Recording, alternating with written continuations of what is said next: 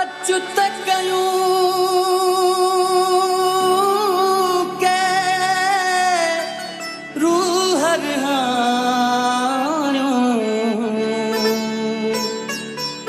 कुर्बन वारियूं के त कहाणियूं करे न कर छो तू नटाई थो करे न कर छो तू नटाई थो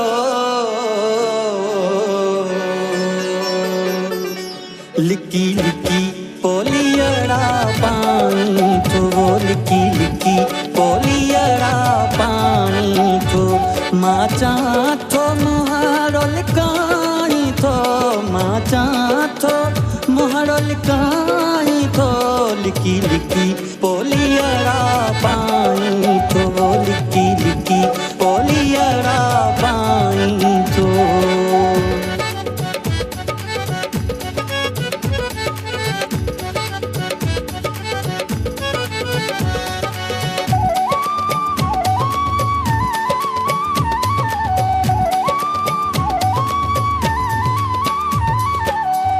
तुझो बिया कुछ नीह जो नातो तॾहिं मूं पेच प्रीत जो पातो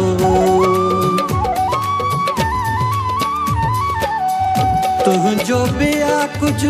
नीह जो नातो तॾहिं मूं पेच प्रीत जो पातो मुझे पोयां तुम जो पुछानी थो मुझे पोयां तुम जो पुछानी थो लिकी लिकी पोलियड़ा पानी थो लिकी लिकी पोलियड़ा पानी थो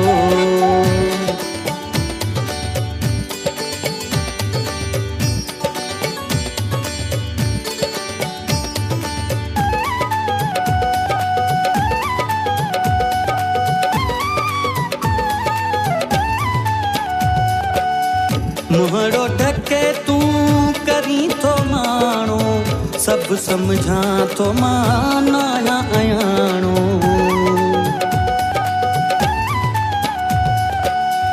मुहरो ढके तू करी थो माणो सब समझा थो मां नाया अयाणो पर शायद तू शर्माई थो पर शायद तू शर्माई थो लिकी लिकी पोलियड़ा पानी थो लिकी लिकी पोलियड़ा पानी थो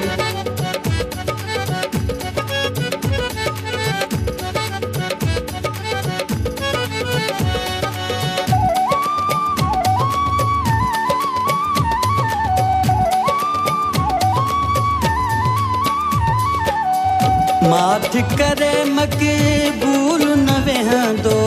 सूर भला ही कैसी सहंदो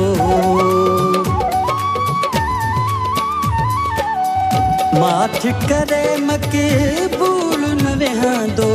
सूर भला ही कैसी सहंदो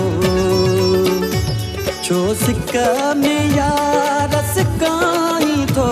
छो सिक में या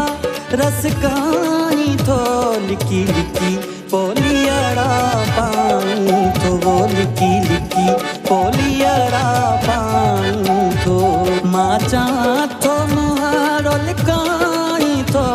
मां चाह थो मुहारो लिकाई थो लिकी लिकी पोली